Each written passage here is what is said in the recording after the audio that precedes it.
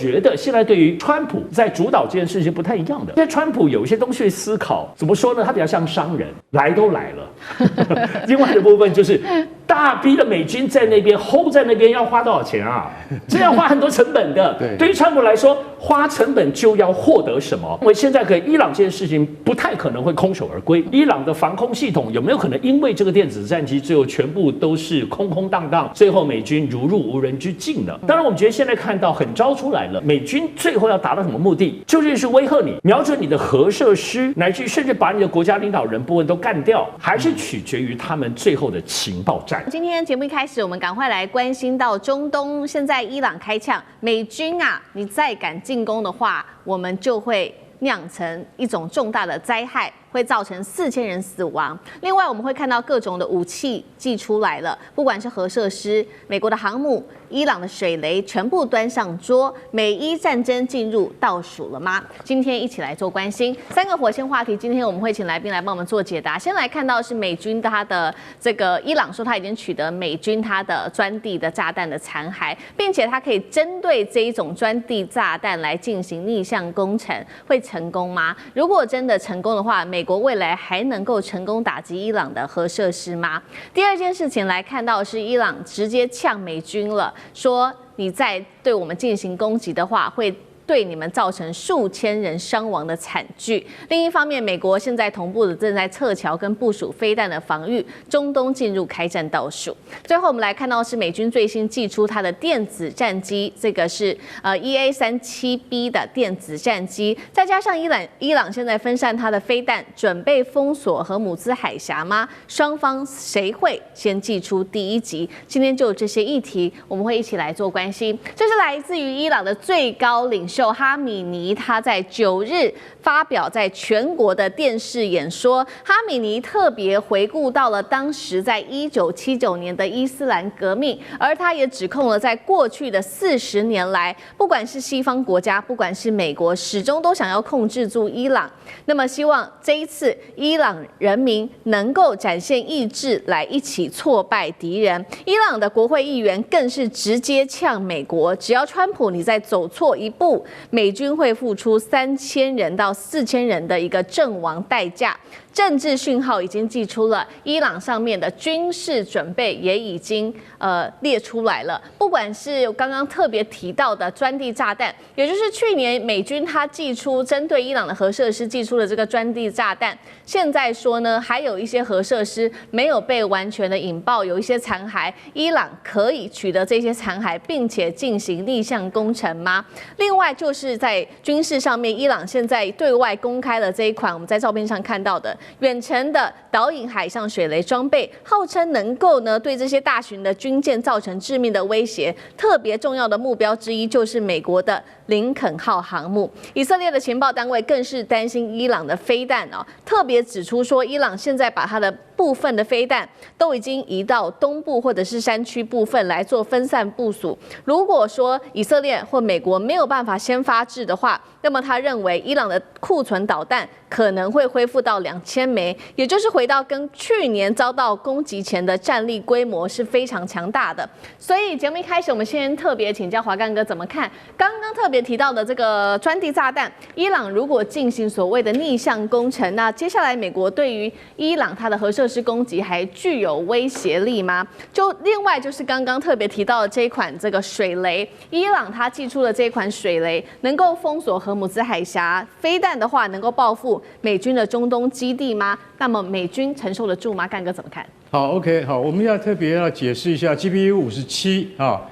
巨型钻地弹，大家都知道，在去年6月的时候，由美国的 B2 轰炸机携带，然后大家要知道这一种这个钻地弹，它重达14吨级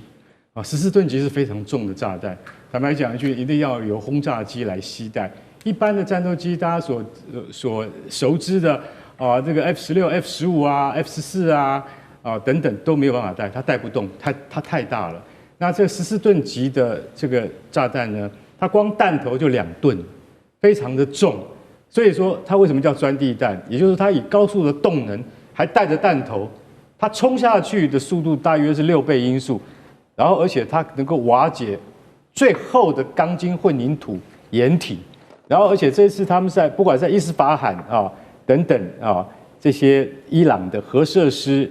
高速离心机运转的那些地下工厂，去直接攻击5万多台离心机，所以当时美国的卫星有传回，因为说句实在话，卫星所传回来的照片，终究没有办法可以很明确的去检视地下工厂的战果是如何，都需要靠当地的什么间谍，也就是跟中情局同步的这些间谍啊，所以这些间谍当然他们都是伊朗当地人，传回来的结果就是有一些传闻说 GBU-57有部分的那个弹药是没有引爆的，也就是说。其实不可能有部分，就是一枚没有引爆啊，一整枚没有引爆。可是现在我们再来讲重点说，它可不可能可以成为逆向工程的工具？其实我今天说一句实在话 ，GBU-57它还是传统炸弹，也就是说它没有任何的太高深的技术机密可言。就算你逆向工程回去造了一个这么大一样的炸弹，因为你知道它的绰号叫什么吗？GBU-57它的绰号叫做炸弹之祖，祖父的祖。然后呢，俄罗斯有最接近它的叫炸弹之父，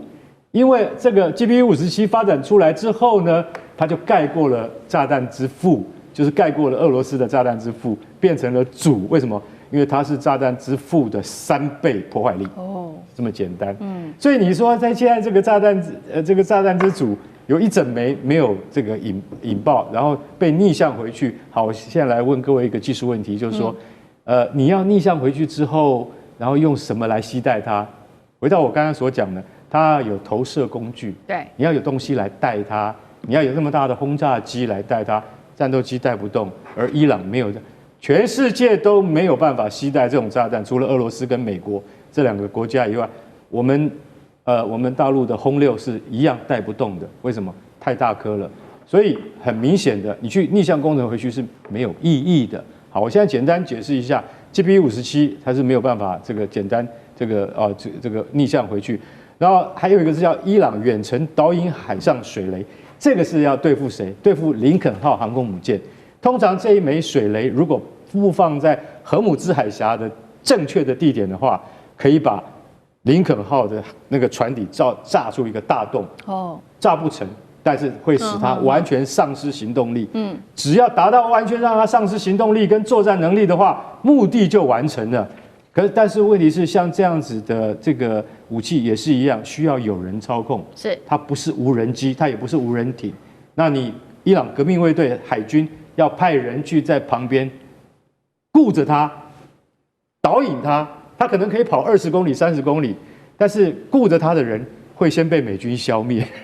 所以这就是一个最大的问题。就远程导引水雷，就有点像美国的那个智慧型水雷是一样的东西，但是伊朗它又有它自己的技术去发展出可以布放得更遥远，让这个如果说你林肯号不小心进到荷姆兹海峡，触及了这枚水雷被引爆的话，它就丧失了行动力。所以如果开战的话，伊朗一定会布放很多这种水雷。美国也不是傻瓜，他会现在在收集很多情报，所以这一出海上的对峙很值得继续看下去。好，现在看起来对于美国来说，伊朗的水雷可能就具备有一定的威慑力。那同样的问题，像介大使又怎么看？其实荷姆兹海峡的会不会被封锁啊？这个是各界都在密切关注，而且在分析它的利弊。那么基本上，如果荷姆兹海峡因为战争关系被封锁啊，事实上它是一个双输也是多输的局面。美国也输，伊朗也输。那接着呢，沙特、阿联酋、伊拉克、卡达尔、科威特这些石油透过这个荷姆兹海峡输出的国家也都输。对。那这里面可能输的最多是伊朗本身，因为伊朗本身80%的石油要靠荷姆兹海峡输出，还有中国大陆的石油，40%从这里出。那这个多输甚至还包括全世界国家，为什么？因为这里每天通过的石油的量是全球的供应量的20%到30%，所以所有专家的估计就是说，荷姆兹海峡如果被封锁，这个国际的油价会在很短一段时间就骤升到150到200美元一桶。那是现在的几乎是2倍。所以这个是牵一发动全身的非常非常严重的事情。所以呢，因为伊朗本身也是输家，所以呢，这个会不会真正造成伊朗真正全面的这个封锁？这个是可能性是不太高。不过，这种所谓中间做法，而不是全面性的做法，中间性做法或者说是战术性的做法，还是很可能发生。就是怎么样？就是骚扰，就是什么呢？就是没收1-2艘船，或者造成一些军事的紧张，可是不是全面封锁跟全面开打，这样一样会造成一些军事上或政治上效果，因为它会立刻造成怎么样？这个荷尔姆斯海峡的这个海运的这个保险费会立刻提高，这个提高以后，我就说就多输了。沙特、阿联酋、伊拉克、卡达、科威特就会出来施压了。他们就会真正的，包括中国大陆，就会真正的会插手这件事情。那插手是什么呢？就是斡旋，就是出来调解。那现在美国事实上对于这个伊朗，我认为在做的任何的措施，基本上是政治目标，目前高过于军事目标。军事是一个达成政治目标的手段。那政治目标是什么呢？有2个，一个就是再度造成伊朗内部的动乱。让这个反对者能够再上街头。第2个呢，就是伊朗的经济崩溃，因为这种长期的军事压力会造成2个效果。第一个，外资不太敢进去了；第2个，伊朗本国的有钱人的钱可能要往外跑。那这个对经济上来讲，已经饱受通货膨胀，这个还有货币贬值的伊朗来讲是雪上加霜。所以我认为美国基本上这个压力不会短期取消，而且还在增加。那会不会真正动武呢？那一定是美国要确保它的损失是在最少的情况下，它才会动武。那么这种就是远程精准打击。那所以远程精准打击的话，什么时候要用？可能是美国觉得政治目的没有办法达成，那就丢几颗炸弹就走人了。好。所以这一场战争看起来会打一个比较长久、一个持久的一个焦灼战。那美国目的让伊朗内部政治上面动荡，那也要压垮伊朗内部的经济。那在军事上面，同样我们刚刚讲了很多是伊朗它祭出了哪一些武器嘛？我们来看看那美军呢？美军在最新或者是欧洲国家又有哪些军事的武器来协助以色列？我们来看到美军最新也出现了它的这个 EA-37B 的战略电子战机现身在德国基地，被解读是要大规模瘫痪式作战，所以针对这个作战来预做部署。那美军在中东的20处的基地也完成了它的飞弹防御部署，包括了这个爱国者跟萨德系统。英国则是持续的向中东地区增派空中力量，包括了 F-35跟它的2架空中加油机。五角大厦1英里内的这些披萨店订单暴增250%，现在看起来战事一触即发。美国已经呼吁他的公民赶快撤离伊朗了。接下来他出动他的电子战机的话，目标到底是核设施还是要瘫痪整个伊朗的作战体系？像这个又怎么看？在这次伊朗那边出现了美国的 EA-37B 的这个电子战机，然后这个电子战机其实之所以受瞩目，而且认为指标性，主要是因为先前委内瑞拉在当时攻打的时候，为什么全部都失效？大家就怀疑有可能是这个 EA-37B。它的这个电子战机当中发挥了它的最高作用，瘫痪了所有的指挥包括雷达灯各方面的系统当然美国没有证实，所以这次出来的时候看起来又是可能这个拿出这个厉害的武器。要知道 EA-37B 它其实在美国现在空军当中是非常非常先进的，2023年交第一架，2024年第2架。它呢算是美国现在在整个建军状况也比较特殊的。怎么说呢？因为美国过去所有的他们最新的东西都自己重做，但是呢，这种电子战机它是改装的，它是把现在全世界有钱人坐的私人飞机的湾流 G550的商务机来改，里面再放入了所有这些电子设备。那它具备了整个可以说最新长程全频段的，所以里面究竟有些什么样的厉害的机器，其实外界都没有办法完全掌握，只知道说一旦它真正的发挥作用的时候，它的电磁干扰能力是可以把所有的指挥、通信，包括网络、包括雷达全部瘫痪。所以这次如果在出来的时候，是不是真的要对伊朗下狠手呢？伊朗的防空系统有没有可能因为这个电子战机最后全部都是空空荡荡，最后美军如入无人之境呢？当然，我们觉得现在看到很招出来了。但我们相信，其实美国在过去，不要说跟全世界，过去跟伊朗已经有非常多往来在军事方面的经验。可是我们最后总结来看，美军最后要达到什么目的？就是威吓你，瞄准你的核设施，乃至甚至把你的国家领导人部分都干掉，还是取决于他们最后的情报战。对于伊朗本身的情报战，因为有以色列包括美国自己的掌握，但是即使有一个最深远的目标，比如说就把他们整个家族都给扫荡完，把你核设施都破坏完，比如说这最极端的哈。但是在关键时刻之后，人家躲起来还是要修正。情报战通常有一个目标，但是能够达到什么样的地步，还要就实际的状况。不过我觉得现在对于川普在主导这件事情不太一样的，跟拜登过去民主党不一样，主要是过去是一个政治效应、政治决定的那个东西主导战争，但是现在川普有一些东西思考，怎么说呢？他比较像商人。来都来了，另外的部分就是大批的美军在那边 hold 在那边要花多少钱啊？这要花很多成本的。对于川普来说，花成本就要获得什么？这个是我们现在在思考所有川普主导的国际，包括军事行动或要花钱的行动当中，大家要加一个思路。所以我认为现在跟伊朗这件事情不太可能会空手而归。其实像刚刚大家讲的，可能真的情报发现没有办法掌握最终极的情报的话，可能还要炸你2下之类的，就表达一下威吓之意。但是如果掌握更多情报，我认为川普跟来都来了，炸一炸也是很有可能的。今天节目一开始持续的要来关心到中东情势，伊朗这一次祭出了各种的武器，不管是无人机跟电战来封口美国。那另外一方面，包括了美国的新链现在也被打瘫，但是至今大家关心的就是美国的林肯号到底到达伊朗附近了没有？到现在其实美国都还没有出手。难道美国这一次针对伊朗会选择放生吗？今天我们会一起的来做解读3个火线话题，今天特别请来宾来帮我们做解读。首先看到的是伊朗现在内部的示威持续，大家也在看说美国会不会来救他们呢？美国是不是决定不救伊朗了？因为到现在仍然是看不到林肯号航母到达当地，而伊朗现在内部靠着各种的断网，还有电战系统跟无人机，让这个外面的世界完全看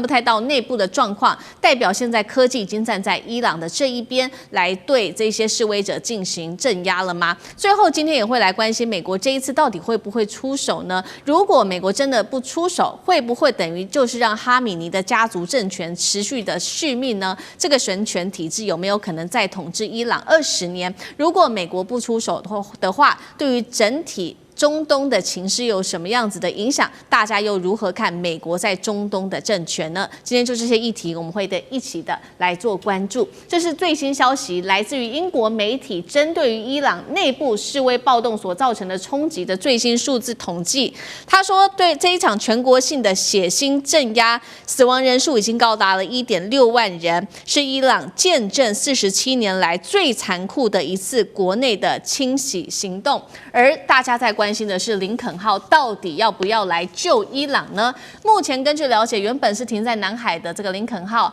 航母的打击群是已经正式通过马六甲了，现在预估已经转向印度洋，最快可以在3到4天之内就能够逼近波斯湾了。不过呢，在林肯号要航向这个伊朗附近的时候，美国华盛顿邮报在这个时候特别开酸了。他说，川普在这一次的伊朗的危机当中是第一次感受到了美国军力的极限。就算他说呢，美国开上了这个林肯号到当地，根本不足以压制伊朗。他如果一旦做这种全面的报复行动，更不要说包括了以色列跟阿拉伯的盟友也都要川普不要去打这一场仗。所以呢，现在伊朗内部就开始怀疑美国会不会就只是光说不做呢，引爆了伊朗示威者对于美国的全面不信任。而真实案例我们也要来看到，是川普先前不是说了吗？针对这些示威者，美国会来营救他们。结果我们看到内部有一个真实的故事，在这几天发生。38岁的这个伊朗示威者，他叫做希尔扎德，他是一名父亲哦。那原本他亲自参与这场抗议，就是认为说背后会有美国的箱艇。在这场示威活动中，他看到他的同伴一个个的倒下。当时伊朗的安全部队在向他开枪的时候，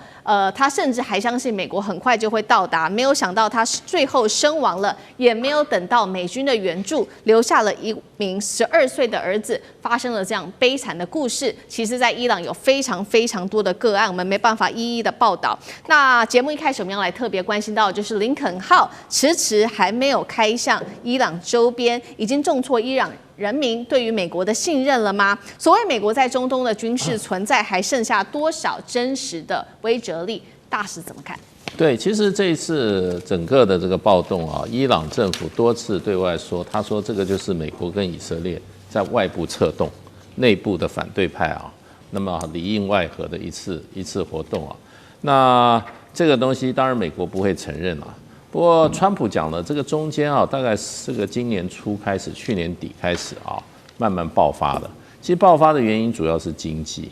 因为伊朗的这个物价、通膨跟它的汇率啊，三者都变得非常的好糟糕，那让伊朗老百姓这个生活上感觉到大不如前啊，前景也不好，所以呢，开始是从伊朗德黑兰的大市场大巴扎开始的，那个有几个商家贴了标语，然后这些一开始就从这里开始，那结束也在这里结束，因为最近有一个大陆的一个在这个伊朗的一个做学问的一个学者，他最近刚回到大陆，有人访问他那个情况，其实他的感觉是伊朗从头到尾没有失控，可是他看到的大部分都是德黑兰地区，然后有的时候有高有低，可是以他在伊朗见到的这种群众运动来讲，规模是中等的啊。那问题就是说，伊朗这个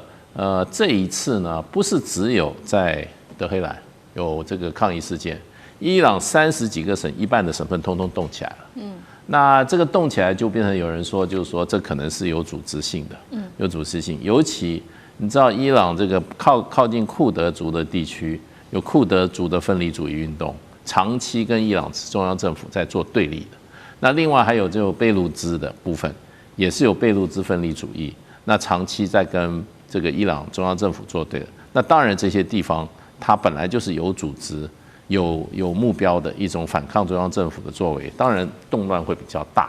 那所以大概差不多有30几个省中有一半，通通有这个所谓的示威抗议事件。那可是另外一个角度看，就还有一半没有事啊。对，伊朗是有120万平方公里、9000万人的国家，所以这次事件的话，就是说星星之火可以燎原，可是它并没有燎原。那这个过程中呢，美国一开始川普总统给予他们的资源是非常非常强的，可是是口头上的。对，可是军事行动有没有动？没有动。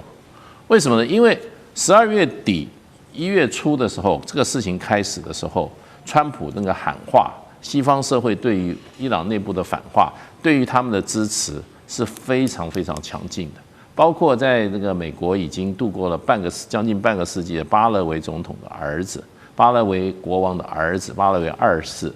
也开始积极喊话，说你们必须不要放下武器，你们要继续这样子你们才可以达到你们目的，不断的喊话。那西方媒体也帮他们一起造势那可是呢，到了1月8号，这个事情可能是比较严重的时候，这个教士政府他们就开始要断网。一断网之前，川普就说：“你们如果要开杀戒的话，我就要派军队去了。”然后那个时候才派这个林肯号往这个中东方面去。可是呢，没有多久，川普就说了一句话，川普说：“他们打电话给我们了。”意思就是说，教士政权打电话来了。这个我当时觉得就是一个给自己下台阶的，也就是说情势现在控制了，那些在内部再怎么样，在街头上抗争的人，你们不要怕他们政府已经跟我们美国人直接在讲了。那一方面也是给予这些在街头上抗争的一种精神上鼓励，另外一方面的话，他也是找一个台阶下，并不是说我没有行动，我们支持你们，让你们在街头抗争，结果你们现在可能会被歼灭的时候，他总是要有一些说法嘛。那个说法就是说，我们已经怎么样，跟你们的政府联系上。那可是这个事情1月8号以后，这个伊朗政府就革命卫队上街头，大肆捕人呐、而且那个时候死伤有人说2000，有人说4000，哎 ，BBC 讲的最多 ，BBC 当时讲2000人，可是美国有人权团体说大概500多一点人，那到底多少的话不知道。可是呢，川普呢就警告说，你们啊不能抓到枪毙的人。可是呢，到了大概10几号的时候呢，12号吧，川普又对外说，我告诉各位，大家放心，这个伊朗政府已经同意不把抓到那个800个抗议者杀掉，不杀他们了。所以川普从头到尾就说，既然如此，我就没有必要用兵了，所以就到此结束了。所以你说，如果说你今天你是跟美国跟以色列政府讲好说，我们这个时候起义举事，然后我们把这个现在的这个教师政府政权把它推翻，那你们到是时候你们来帮助我们，从头到尾都没有等到的话，请问你如果是参加这一次这个动乱的，对这些组织，或者你会不会对美国、对以色列，如果说他们就跟这个伊朗政府讲的是他们这2个国家在幕后策动，你会不会产生很大的一种挫折跟一种失望？对，好。现在目前就是我们可以看到，因为川普他目前都只限于口头，没有任何军事上面的行动。刚刚大使帮我们回顾了整个时间轴，所以导致了伊朗内部人民是对于川普有极度的一个不信任。那另外一方面，在伊朗内部则是持续的扩大在军事上面对于自己境内的一些限制，尤其现在断的就是网络。他们全国境内9000万人的网络现在政府是直接从8号开始直接打断，顺便呢，大家非常看好的就是美国星链神话也直接被打破了。我们来回顾一下，当时在1月8号那一天，伊朗它封锁它的网络30分钟内，竟然网络流量直接暴跌98.5%，等于是直接全国断网了，并且出动的是这个军规级的手段来干扰美国的星链卫星。CNN 说了，星链已经成为伊朗当局的封锁重点的目标，靠的是什么？来看到 CG 上，伊朗它动用了哪一些国家级的电战3连杀？首先第一个，我们看到是射频再加上 GPS 的干扰，直接削弱了低轨卫星的连线，让这个讯号就变得非常的断断续续的。再来就是因为呢，星链它的经济门槛很高，过去2年之内，虽然说已经送了5到10台的星链设备到伊朗，但是对于9000万人口的伊朗来说，还是非常的太少了，杯水车薪啊。最后是伊朗它无人机可以去猎杀这些星链系统，因为星链设置的地方太明显了，不管是在屋顶或空旷处，伊朗政府是直接派出无人机来做巡逻，就把这些星链给这个巡逻抓到所以这个路透社也引述了这个使用者证实说，星链只能在部分地区勉强的使用，而且呢连线是很不稳定的。干哥又怎么看这一次伊朗全面断网，加上干扰卫星、出动无人机猎杀等等电战资讯封锁，对于这一次来说，是伊朗政府能够镇压民众的一个重要配备吗？伊朗已经要动用所有的手段要把星链 Starlink 给摧毁掉。就是要让人民没有办法把画面传到外面去。其实老实讲一句，现在你们所看到的一些断断续续的画面都很珍贵。为什么？因为有些人走了几百公里才找得到可以让星链接收得到的那个地方去。为什么？因为刚刚主持人也讲了，老实讲一句，其实伊朗国内很少这样子的接收器，其实估计至少要10万台，你大概才没有办法封锁。那伊朗是动用了国家级的干扰，它这方面，除了射频加 GPS 干扰，大家就想说，其实星链靠的就是什么 GPS 所以马斯克他其实老实讲一句，你说他近地卫星有2000多颗，照理讲很难被干扰。可是今天如果说你要动用到国家级的机器的话，它还是可以把它大部分90%以上屏蔽掉。这就是现在伊朗人民没有办法被外界所得知实际上的状况，是最大的困境所在。然后再加上你知道，你这个 Starlink 它有一个很特殊的，就是说，其实所有的卫星讯号你都必须是露天的，你必须架设在屋顶上，或是必须架设在空旷的地方，那很容易。伊朗政府不是派卫队去消灭它，是派无人机去打掉它。你听起来就觉得说，技术蛮先进的哦，竟然可以用这种方式，用无人机来锁定阳台上的 Starlink 的接收器，这太厉害了。我可以告诉各位，这是中国提出的技术支援，也就是说，这些资源都是来自中国技术的。为什么？因为中国在这方面的技术非常先进，但是这应该要讲成这是军规的，这是军用的无人机的干扰技术以及无人机的打击技术，这都源自于中国。所以说，伊朗政府为什么能有效的在几个钟头之内，他就让星链传不出去这些讯号，就代表说他真的非常厉害。不过我要讲悲惨的一点就是说，其实伊朗现在国内目前的情况真的非常严峻。我只讲一个数据就好了。2022年大家知道艾哈米就是那一位进了警察局就再也没有出来的女学生，是22岁的女学生。她在2022年的时候，因为她死掉的人就有500人，被关押的人有2万人，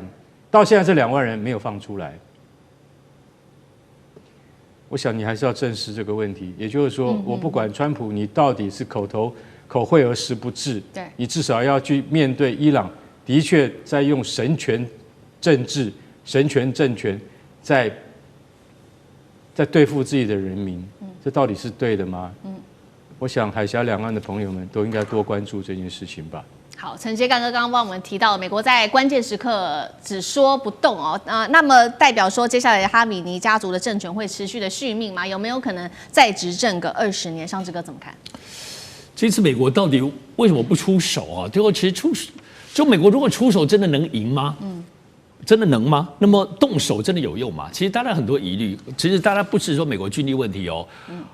伊朗是一个拥有核武、有8000万人的国家，它不是叙利亚2000万小猫咪啊。可是，所以一旦如果伊朗真的政权垮台乱了的话，到最后关头，核武这些东西的技术是会流到恐怖分子。所以这次我们在思考这些政治跟军力的计算里头，其实还要思考这些像核武生成的问题哦。所以伊朗到底能不能乱？而且要知道，其实伊朗长久以来就是它是不是外力能够轻易摧折把它打破的？因为它跟所有的政权政治不一样。第一个，它是穆斯林；第二个，它在伊朗的政权有它所谓的这种类似由宗教维系着政治。政治的核心不是我们的民主政治或者什么选民投票、民众投票，它是宗教的信仰作为核心，它是一个大家长制。整个伊朗8000万人，你最后看这个国家哈米尼，它其实是一个难以想象，自古以来的大家长制，到现在都没有断绝的一个独特的政治体制，所以不是我们现在在估算这种西方喊话的东西能够做的。所以，而且要知道政权的垮台这件事情其实是很微妙的。大家以为就打没有，其实我觉得海明威有一句话在这次 BBC 的评论里头有提到，它叫做一开始是渐进的，然后要有个突发的东西。这是什么概念？其实我们在中东，在很多的政权的体制当中，它最后能够推翻政权，首先第一名能够成功的是叫做军事政变，第二个部分就是全面内战。通常要在这样的情形之下的话，他的政权才会真的推翻。所以，但是你看这一次的抗争，虽然没有说很声势浩大，但是是商人、学生、基层来说，他们是为饥饿而战。他们不是真正的要推翻政治，而且这里头最大关键，我认为是什么？部队还是效忠的，我认为这是最大的关键。而且抗争后续无力，他跟现军，因为你要在联合国制裁2015年到现在，哈米尼他们上层社会政权都还有钱东西吃。真正没有能力持续的就是基层啊，所以这跟其他的民主社会的抗争不一样。所以我认为这几个关键因素看得出来，美国最后评估不会轻易打的原因是这些原因。我们是需要来看到，就是从去年乱到今年都还在乱的一个中东局势哦。那么如今哦，距离美国要对伊朗进攻，真的只差一个命令了吗？因为《华盛顿邮报》揭露了，华府呢还有中东的官员，他们几乎14日的时候是一致认定的，美国总统统川普他即将要再度空袭伊朗。大家还记得前段时间有一个午夜重锤吗？当时是打击伊朗的核设施哦，但是这一次呢，打击的目标就是要瞄准伊朗的最高领导人哈米尼了。那实际的部署我们来看到啊，华府跟中东的官员认定呢，可能日前就是要动手，但最后一刻喊卡了。当时发生了什么事情？像是华盛顿就向盟国示警，船舰跟战机呢全面调动起来，还有卡达的这个乌代尔空军基地也收到了撤离命令，就怕一触即发，伊朗马上要对这个地方展开这个报复的行动。然后高阶的安全顾问，你们也都别睡觉了，熬夜待命，川普总统的随时的掌控。结果最后啊，大家都在看什么时候呢，伊朗会浮现火光。结果最后呢，没有发生，因为有消息人士说，川普在最后一刻他收手了，他没有打。消息人士点破呢，这个关键就是美方现在评估之后，他们认为光靠空袭是没有办法彻底击溃伊朗的，没有办法造成一个政权的更迭。那么川普的主要目的呢，还是要瓦解跟削弱哈米尼政权，那出手就要达到一击必杀的这一个效果。于是呢，美国现在等待林肯号航母到位，那斩首行动还没有结束可能未来2到3周都还有可能随时发生。而伊朗方面呢，只回应了一句话，他们的总统说，如果你敢打哈米尼，那就是对伊朗发动一个全面战争，这个是没有任何讨论空间的。好，我们先请教舰长，现在等待林肯号的目的，安全牌考量是什么？那如果真的美国跟伊朗全面开战了，美军还可以像之前他们深入委内瑞拉那样子的这个兵毫未损，就直接把人抓到吗？跟伊朗这样真的打起来，要全身而退不太可能吧？的确是啊。那其实美国只要想要对外那个用武的时候，美国总统的第一个想象就是我的航空母舰在哪里。可是如果说我们看最新的一个有关于在中东的一个位置的话，对不起，一艘航空母舰都没有。那所以他就把原来在南海的这艘林肯号直接的调过去。可是林肯号，如果我们来看昨天的位置，也就是星期日的位置，其实它连新加坡都还没到，那他还没到新加坡，然后如果说我们来看这张图的话，他还要直接的跨过印度洋的话，对不起，那都是2个礼拜以后的事了。所以我们讲到说这个熬夜也熬了，披萨也吃了，因为其实在华府是有一个披萨指数，没错。那披萨也吃了，但是空欢喜一趟。但是刚刚其实主持人有提到午夜重锤这件事情也就是在去年6月的时候，其实它不止一艘航空母舰。那时候我们看到的，也就是其实有2艘航空母舰在这个在这个印度洋上，也就是卡尔文森号跟尼米兹号。那但是现在一艘都不烧。但是其实有一个动态，我们大家要特别注意也就是除了我们刚刚讲到的林肯号之外，其实布希号也在前几天出港了。那他出港其实是个意外吗？应该也不算是意外。如果说我们来看，这个是我昨天整理出来，除了福特号，因为它现在在这一个加勒比海之外，其他的美国尼米兹级的航空母舰全部的现在的确切的位置以及最后一次部署到底在哪里，我们就可以看到，其实尼米兹号它虽然在布雷默顿，可是它是即将要汰除的。那美军其实是保持着2艘向着太平洋，然后另外呢是有2艘向着这个大西洋。那其中我们看到的这个布希号就是其中一艘。那当然我们也可以看到在这么多航空母舰上，为什么它好像，如果我们这里标注的只是一个港口，例如说圣地亚哥的话，那就代表其实它并没有那个进行维修，它其实都是可以立刻生火待发的。那为什么没发？因为其实我们讲到，真正最重要的是大炮一响，黄金万两。是的，也就是航空母舰打击群一旦出去，那个消耗起来可是非常的可怕。那但是呢，我们来看到，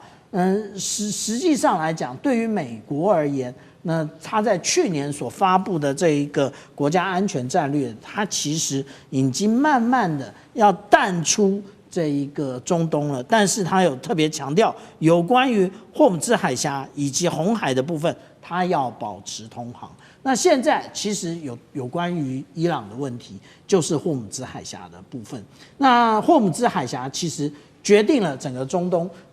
油价的高低。那如果油价涨起来了，那今年11月这个有关于期中选举的话，川普大概就准备一败涂地，所以他现在就是紧紧捏着伊朗，但是他真的想要进入伊朗吗？其实这是另外一个问题。虽然伊朗被渗透的胡说八道啊，那我们之前看到，也就是5月重锤这个部分，连它的这个浓缩铀到底在哪里，大家好像都就是无论是以色列的摩萨德或者是 CIA 都很清楚。但是实际上来讲，现在哈米尼在上一次就已经动向不明了，这一次突然鸣鼓收惊，也可那个重要的原因，可能哈米尼正确的位置又无法掌握。是，好，我们继续来探讨为何川普总统他犹豫，最后一刻还是收手了呢？答案可能就是2个字哦，飞弹。谁的飞弹？伊朗的飞弹。因为包括美国国家航空这个航天情报中心，还有国防情报局，他们都承认伊朗可能至少拥有14种弹道飞弹的变体哦。它的这个威胁度是很大的，射程范围涵盖整个中东。最大一款的威胁武器叫做流星3型的这个武器哦，它可以打到2000公里外的目标。所以不管你美军的中东基地啦，你的盟友以色列啦，不好意思，都在这个射程范围之内。所以如果美国轻举妄动，真的对伊朗发动了进攻，但是打了你，又没有把你打残，让伊朗还有机会呢发动这一个流星3型，那威胁到美国大兵或者是以色列盟友的生命安全，会不会这才是川普最大的一个顾虑呢？还有，如果真的如这个报告所说，伊朗拥有这14种弹道飞弹跟他们的变体，那现在等待林肯号就位意义还大吗？因为这个14号变体飞弹打过去，可能林肯号也在这个范围里面啊，拦不拦得住是一个问题。好，委员你怎么分析？流星3型要拦截不是问题啊，为什么？因为它是液体燃料，液体燃料的装填时间起码要3个小时左右才能够装填3小时，而且它基本上不是移动性的，因为液体燃料装填的那个跟固体燃料可以机动性的移动不一样。那美国如果有足够的所谓的标准3号导弹，这或者是萨德导弹，应该拦截这一款还没有太难，那只是量够不够而已啦，量够不够。那同时呢，如果它有足够的战斗机空对空导弹也有机会拦截，所以流星3型并没有大家讲的那么可怕。反而比较麻烦的是数量很多的短程导弹，那个比较麻烦一点啊。你用那么贵的导弹标成3型或者标6去拦截那个，似乎不太划算啊，不太划算。所以美国这技术问题啦哈，美国要自己去考虑啊。重点是在于说，美国如果真的要打伊朗，应该是属于惩罚性的战争啊。什么叫做惩罚性的战争呢？就是我针对革命卫队的几个据点进行轰炸，对几个教士集团这些神棍的头们，大概有30个目标，是革命卫队50个目标，总共就80个目标。攻击这80个目标不是问题啊。第二个，他攻击什么？趁机攻击伊朗的所有的弹道导弹的弹药库。弹药库啊。那这个在伊朗的话，美军所知道大概有20几个地方。攻击这20几个地方也不是很难，但能不能完全销毁是一个问题。可是不必完全销毁，也可以造成重大的伤害哈。那除此之外，会不会再攻击核设施？不知道啊，不知道哈。所以它能够攻击的对象很有限。第一个，它并不是要征服伊朗；第二个，它要斩首行动又跟委内瑞拉性质不一样，因为委内瑞拉就要处理马杜罗的目的是要掌控委内瑞拉的石油，有委内瑞拉的石油。根本就不担心石油涨价，然后你伊朗又怎么样？现在怎么样不理你？那伊朗说如果哈梅尼被斩首的话，对，然后要发动全面战争哦。这个伊朗总统就是光绪皇帝嘛，是啊。然后哈梅尼就是慈禧太后，是现在是满清末年，几乎是一模一样啊。那对于这个伊朗总统，他当然要讲个体面的话。当然，那如果哈梅尼被斩首了，最大的得利者就是他。为什么？因为从此慈禧太后的权力就归于光绪皇帝，他就真的当总统。他现在根本什么权力都没有，就是就是傀儡啊，因为伊朗这一套制度，这种神棍政权的制度是很奇怪。那伊朗真正的问题不是美军啊，也不是以色列，这个都不是问题。伊朗不会因此啊而被打垮啊。那但是问题政权会被打垮啊，教士政权很可能这一次不行，下一次再来，下一次不行，隔3-5年再来，它就垮了。今天为什么伊朗会有这么严重通货膨胀？其实就是当时的跟以色列打那一场战争，以色列人家美国犹太有钱给啊，所以通货不会膨胀啊，控制得住啊。你伊朗谁给你钱？中国大陆不可能给你钱啦，俄罗斯不可能给你钱啦。所以你打一场战争，消耗一场战费，你的财政支出一扩大，通货膨胀就来了。那伊朗最大的威胁就是通货膨胀，就是货币贬值，这2个问题它不解决，它这个政权迟早会倒的，不可能不倒。哪有通货膨胀这样子的还能够存活下去？那你别看说哇，革命卫队发动了几万人上街头啦，什么这个怒吼那个怒吼，它都没有用，都没有用。老百姓如果是在通货膨胀底下民不聊生，他迟早要起义的嘛，就跟满清末年一样。好吧，这个起义镇压住了，那个起义镇压，一下四川啊，一下子浙江啊，一下子哪里，你根本弄不完嘛，一下太平天国，真的，对，几次折腾下来就挂了啦。不，这种落后的神棍政权在现代社会里面，如果控制不了通货膨胀，一定崩溃。是。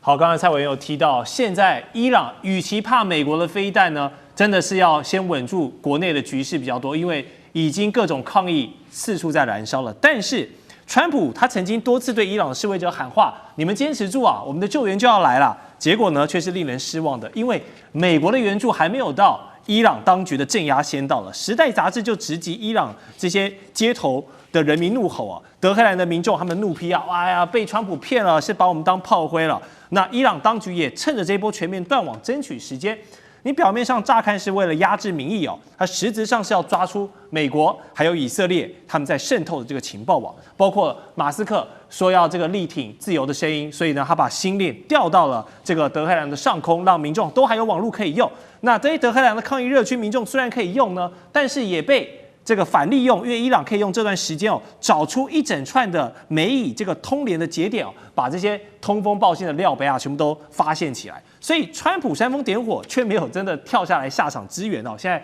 船还在掉，还要等待一下。那受伤的都是这些示威者，反倒给了伊朗来这个处理谍报战啦、反这个亲内鬼的这个战前整肃的一个机会哦。所以杨老师，你怎么来点评现在美伊这样子一来一往的操作？这一回合，你觉得谁占了上风？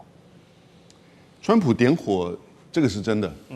不只是《时代》杂志，《华盛顿邮报》也这么指责他。是，因为你讲了1个多礼拜，说美军即将上路，你们在继续扩大抗议。对，继续闹。那虽然伊朗内部是断网哈，可是它有很多的外界的这些管道传送资讯进去，也从内部得到资讯。因为过去随着伊朗在1979年的革命，然后转变政权的时候呢，很多往外到西方国家的伊朗人组织了很多的团体，有就是民间的，有媒体的，也有政治性的。最有名的就是巴勒国王，然后呢，后来他的儿子接班嘛。对。所以相关的这个资讯其实进入到伊朗内部，也的确带去了川普的这个呼吁，继续抗议，我美军马上要来。所以的确是我觉得后来拖了这么久的时间呢，那扩大这是一个因素之一。但你说川普在这边点火，其实火不是川普点的，火只不过让这个火再继续延烧一阵子。那当然哈梅尼后来说有数千人死亡，他如果说数千人死亡，我觉得一定破万，是可能10倍哦，真实数字10倍。真实数字真的不确定，一定是这个几倍于此。但是怎么点的火？那刚才蔡委员讲得很好啊。那神棍政权呢，3个层面呢，政、经，还有呢领导人。他这个政治从1979年到现在的整个制度哈，就这种政教合一神权的制度，46年的下来哈，其实已经到一个临界点。因为所有的权力都集中在最高领袖，对，而不是在政治权力，他在军事、经济、官僚所有的政策一把掌控。革命卫队只是军事，但他也做生意，他也搞走私，到后来他就是被制裁，他所有的石油是革命卫队来控制海关走私的。那还有一个叫基金会，美元之为慈善团体，但事实上呢，大概伊朗每年的20%的 GDP 都进入到这些所谓的基金会，那在做各式各样的生意，那支持的教士集团，所以从何梅尼到哈梅尼，哈梅尼现在也就是36年了，所以他这整个制度哈，我觉得跟伊朗另外一个面，什么面？它有世俗的一面。它其实1980年就开始有选举，每4年的总统选举、国会选举，国会议员有290个，在196个选区，所有的提名人都必须要由最高领袖的委员会同意，是没错。但大部分不是同额竞选，也就是说会有一些政策上的差异，温和派、改革派，所以还算是有意义的选举，虽然不是真正西方式的这个选举，但长久下来，这种世俗化的这个诉求，跟神权政权、神棍政权，用蔡委员的用语，还是有一些，就当然已经到了临界点了嘛。然后更不要说他们贪污腐化已经到了这种地步了。那第一个政治场面，那第二个经济都很简单了。那你到这几年，因为战争，因为制裁，美国的外部因素，当然制裁因素也是造成他的困境之一。那然后呢，再加上他自己本身的贪污腐化，经济严重的就是这个问题。那1美元大概现在已经来到150万利亚尔。然后呢，政治当然很简单，就是元首嘛。哈梅尼已经执政36年，现在87岁了。那他的接班人也不知道是谁，是他儿子、二儿子，还是何梅尼的孙子，也不知道。我觉得这一次暴动里面会不会有一些这种派系因素在背后？有可能，我们也不知道。所以到底谁占上风？我觉得其实是伊朗现在持续的在把自己再一次的封闭起来，面临到他内部的失败。美国只不过继续的可能在去煽风点火，对，或者是让某个事情再爆发，然后他可能内部就会再有一次类似的这种抗议事件。到底怎么样出现，我们不知道。希望这个不会往外扩散，因为当伊朗乱，整个中东乱会造成很严重的冲击。